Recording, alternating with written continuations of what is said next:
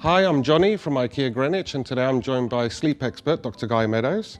I feel I speak for everyone when I say that we've all experienced some stress recently, and we'd like to discuss that today and find some solutions and some remedies to see how we can have some exercises to curb the stress that impacts our sleep.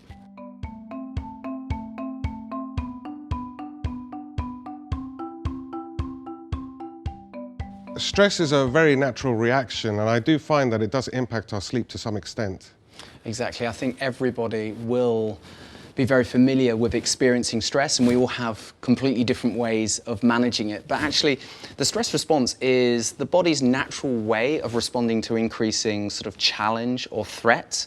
Like the fight or flight reflex. Exactly that. It's where the brain releases the stress hormones cortisol and adrenaline, which increases our heart rate and our blood pressure and our breathing rate, helping us to stand and fight or run in flight.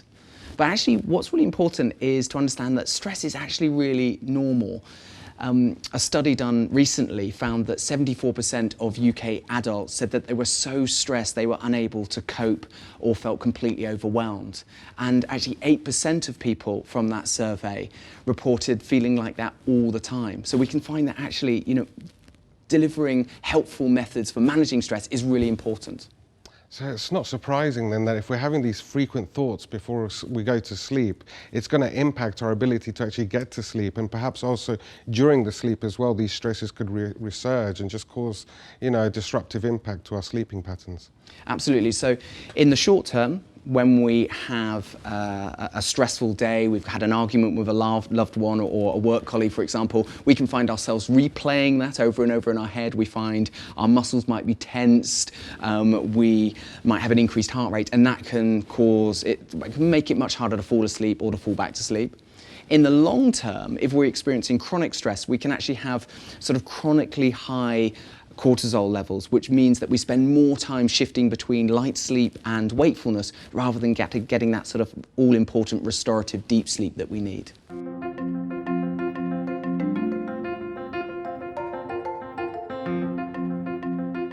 Overthinking can quickly overwhelm us, I think, making it difficult to do day-to-day functions and decisions, and just making it difficult to react to things. Especially at night time after a hard day's shift, I'll be in my bed trying to relax and I just have all these thoughts racing through my mind. Yeah, I think a lot of people will resonate with that you've had a super busy day, you finally get to bed, you turn out the light, put your head on the pillow, and your mind just starts racing. And this is actually because a part of our brain called our default mode network, which likes to go over everything that's gone on in the day, which can be really frustrating and annoying. And one of the traps that we fall into is we then try to stop and block and avoid our thoughts, which actually makes them more numerous. And that's why at the Sleep School we've pioneered the use of acceptance-based approaches, which teach people to notice their thoughts and let them go. Yeah, I found it difficult to let my thoughts go, and I've had some breathing exercises. Breathing is a fantastic stress-busting tool because it anchors us to the present moment and it enables us to notice and let go of our thoughts. Would you like to have a go? I'd love to, yeah. Okay. So do you want to just get to sort of a upright position? And let's just begin with your eyes open by taking a few nice deep breaths in and out through your nose. And what's great about this is it just helps to settle the mind and body. And then when you're ready, just on your next out breath, just allow your breathing to return to its normal rhythm. Close your eyes. And just pay attention to the movement of your breath.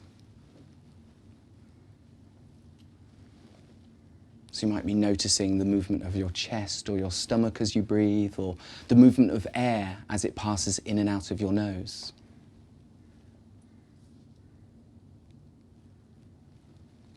Now, as you do this, you may notice that your mind wanders off onto thoughts, images, worries, to-do lists, and that's perfectly normal. And when it happens, I'd like you to notice them, acknowledge that they've come in, but then choose to let them go and just return your attention back onto your breath again. And so you're just choosing to pay attention to your breath, one breath at a time. And then when you're ready, just wiggling your fingers and toes and opening your eyes. Okay, so how was that? That was wonderful. Thank you. Yeah, I found the anchoring my thoughts to the breath didn't distract my thinking with another thought. It just distracted it with breathing, which just helped me to relax better. Fantastic, yeah. It is important just to remember that it's not designed to distract us, it's designed to teach us to notice our thoughts and let them go. And what's really crucial is, if you're at home and you do have a racing mind at the beginning of the night or in the middle of the night, it's so simple. You can do that exercise just for 10 or 20 seconds, and it can help to calm you down and prepare you for a good night.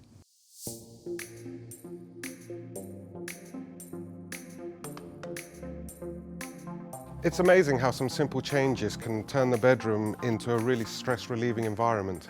Definitely, and the first thing is to make sure that we put away our digital devices, because the light which is emitted from them, from your smartphone or your tablet, inhibits the sleep-promoting hormone melatonin, delaying sleep onset.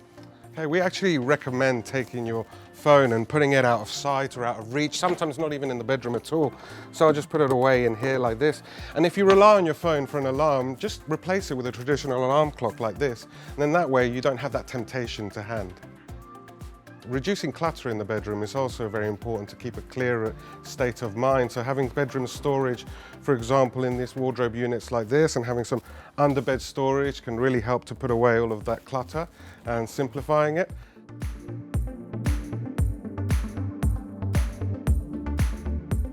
Air purifying plants as well will help to reoxygenate the room. So we've got some air purification plants over here as well. Lily, aloe vera, they're very, very good plants for contributing oxygen back into the atmosphere. Comfort is critical to getting a good night's sleep. Did you know that we offer different pillows and mattresses and duvets in order to get a good sleeping position? To have the body in the right position with the right pillow, the right mattress and the right duvet will really maximize the amount of sleep and rest you'll get during the night.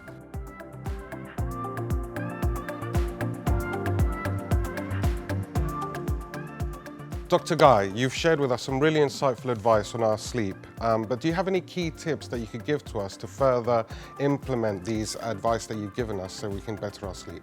Definitely. So the first one would be prioritize your sleep. Sleep is a fantastic stress buster, helping us to reset our emotions and wake us up happy in the morning. The second one would be to move and do regular exercise, because that helps to release endorphins, which help to mentally, emotionally and physically relax us. And then the final one would be to cut out the stimulants, or at least reduce them. So reduce the amount of caffeine, alcohol, sugar, nicotine that we have in our system, especially close to bedtime. Thank you, Dr. Guy. So we hope you found at least one piece of advice from today's session of help to you, and we look forward to seeing you again next time.